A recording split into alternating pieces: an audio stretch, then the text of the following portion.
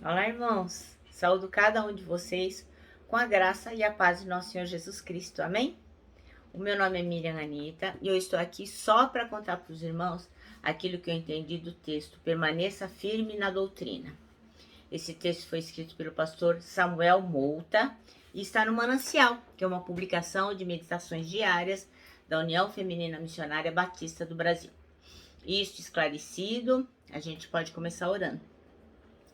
Pai, em nome de Jesus pedimos que Tu fiques conosco nessa reflexão para que nós possamos entender a importância de estarmos firmes na doutrina de Jesus Cristo. Obrigada, perdoa os nossos pecados. Amém. Bom, irmãos, então o nosso texto está em Efésios 4, de 11 a 16. E diz assim: Foi Ele, Deus, né, quem deu dons às pessoas. Ele escolheu alguns para serem apóstolos, outros para profetas, outros para evangelistas e ainda outros para pastores e mestres da igreja. Ele fez isso para preparar o povo de Deus para o serviço cristão, a fim de construir o corpo de Cristo. Desse modo, todos nós chegaremos a ser um na nossa fé e no nosso conhecimento do Filho de Deus. E assim seremos pessoas maduras e alcançaremos a altura espiritual de Cristo.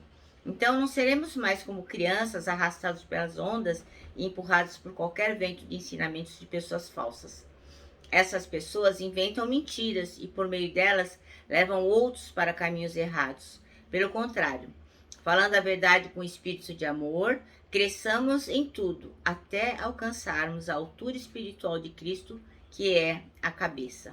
É Ele quem faz com que o corpo todo fique bem ajustado e todas as partes fiquem ligadas entre si por meio da união de todas elas. E assim, cada parte funciona bem e o corpo todo cresce e se desenvolve por meio do amor. Amém? Bem, irmãos, então o nosso texto, versículo base é o 14, que diz assim: para que não sejamos como meninos inconstantes, levados em roda por todo vento de doutrina, pela mentira dos homens que, com astúcia, enganam e induzem ao erro. O pastor Mouta começa dizendo assim, que ele dá graças pela quantidade de igrejas evangélicas que tem nessa cidade, enfim, no Brasil, né? Tem muitas igrejas evangélicas. Mas, ao mesmo tempo, ele se faz uma pergunta: será que o evangelho tem sido pregado de forma autêntica, com integridade? Porque assim, né, irmãos, eu penso que em muitas igrejas apenas é pregado o evangelho da prosperidade.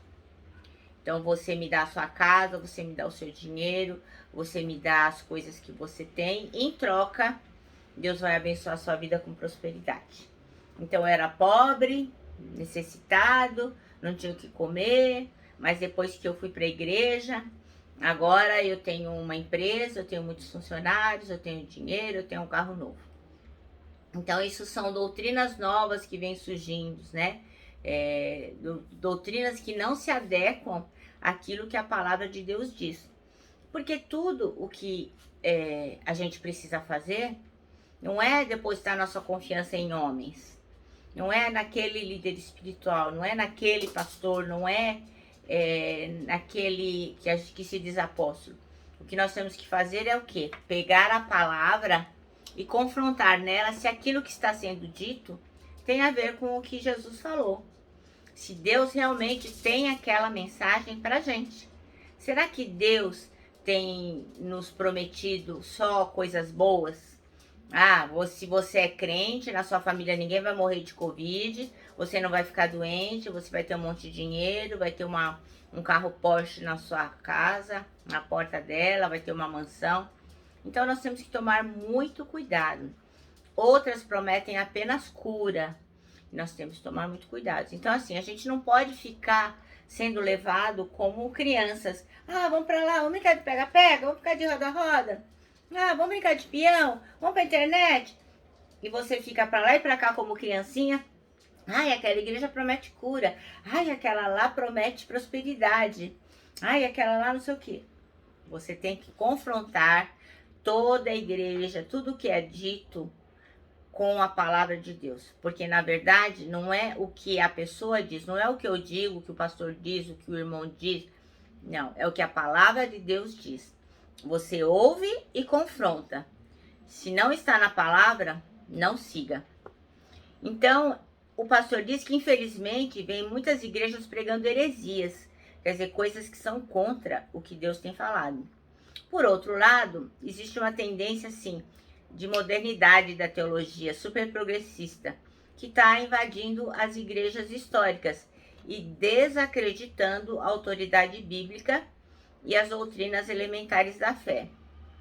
Então, como diz Paulo lá no versículo em Gálatas 1:8, eles estão pregando um outro evangelho.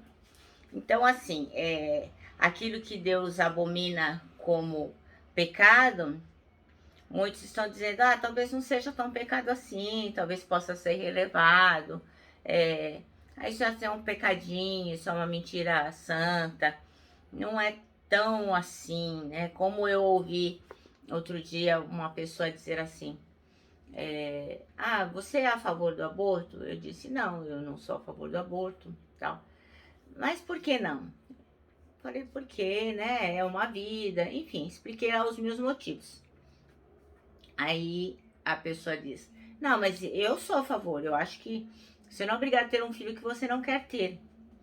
Eu falei, mas você não se diz cristã? O que é que está escrito na Bíblia a respeito da vida? Ela disse, tá, mas não dá para seguir a Bíblia de cabo a rabo, né? Tem coisa que não faz sentido.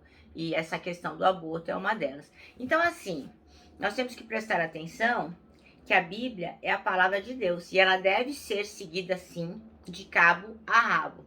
Obviamente que nós temos que tomar cuidado com as interpretações, temos que ler o contexto, ver o que estava acontecendo naquele momento, para que aquilo tenha sido escrito, temos que estar atentos.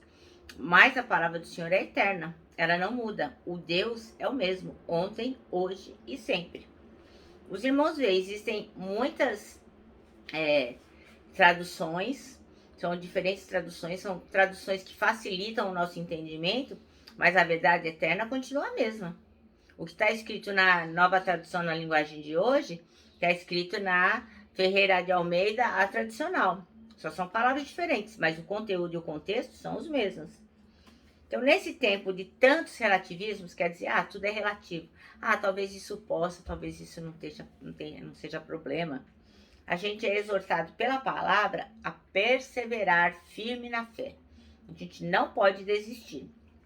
Tem que estar firme na doutrina dos apóstolos, a saber, o ensino do Novo Testamento. A gente não pode ser levado de um lado para o outro por ventos de doutrina. Quer dizer, cada hora que aparece um negócio novo, a gente vai atrás. Aí as pessoas vão inventando coisas e a gente vai indo atrás. Eu invento uma moda teológica e a gente vai atrás.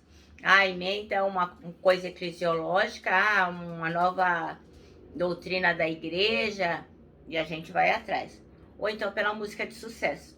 Tem músicas que são ditas que são louvores, mas falam um monte de bobagem.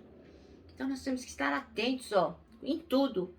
Tudo o que a gente escuta e vê. Tudo. E confrontar com a palavra. Então tem pessoas que têm um zelo assim, que chega às raias da loucura. Então, por exemplo, isso aconteceu comigo. Eu fiz um convite para a pessoa ler a Bíblia conosco num grupo que nós temos de leitura de 1 ano. Aí essa pessoa falou assim, mas como que é esse negócio? Aí eu disse para ela assim, não, em 1 ano, o nosso objetivo é ler a Bíblia de cabo a rabo.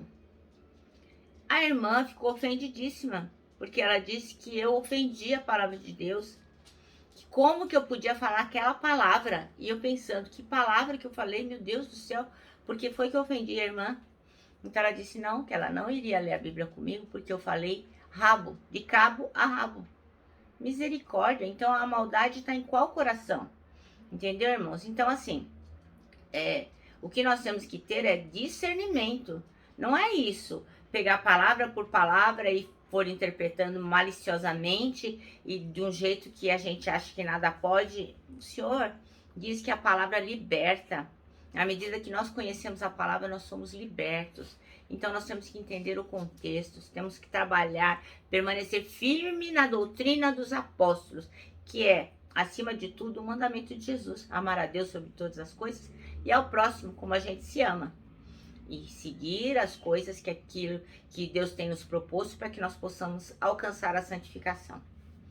Bom, nós precisamos ser firmes em nossas convicções, tendo um sólido embasamento bíblico. Porque não dá para você ser firme na doutrina se você não lê a palavra, se você não discute, se você não medita nela. Qualquer pessoa que vier te contestar, você faz cara de por quê? Você não tem embasamento, você não estuda, você não compartilha com os irmãos, não faz pergunta para o seu pastor, para o seu líder, você não se autoquestiona, você não ora ao Espírito Santo pedindo discernimento. Então, se você não tem embasamento, como você vai ficar firme na doutrina? Não vai, de jeito nenhum. Então, quanto mais a gente se aplica no estudo da palavra, pedindo sabedoria, discernimento em oração, mais firmeza a gente vai ter daquilo que é a verdade de Deus. Um bom exemplo disso é o que acontecia com os irmãos de Bereia. Enquanto Paulo pregava, o que eles faziam? Eles examinavam as escrituras para ver se o ensinamento estava correto. Então não era porque o apóstolo Paulo que estava falando, que era bagunçado. O apóstolo Paulo falou, para mim tanto faz. O que ele falou está falado. Nananina não. Eles iam, vocês vão lá em Atos 17, versículo 11, e vão ver que está na palavra, que os irmãos de Bereia, eles confrontavam aquilo que o apóstolo Paulo estava falando, para ver se era realmente verdade. É isso que nós temos que fazer o tempo todo. Então não é porque a pessoa é carismática, é um líder famoso, que nós vamos seguir cegamente. Vamos confrontar com a palavra.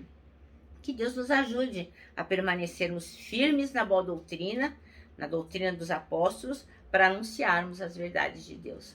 Só teremos condições de compartilhar aquilo que temos vivido, aprendido e vencido se nós estivermos conectados com o que o Senhor tem para nós. Que nós possamos ficar firmes mesmo, firme, agarrado na doutrina, porque ela é que vai nos conduzir à nossa santificação.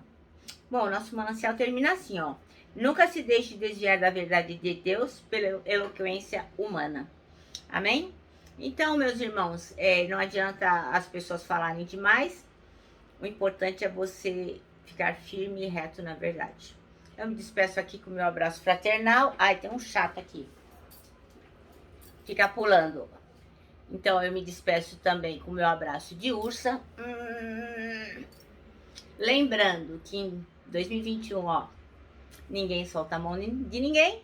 E lógico, né? Com a nossa palavra de ordem que é saudades.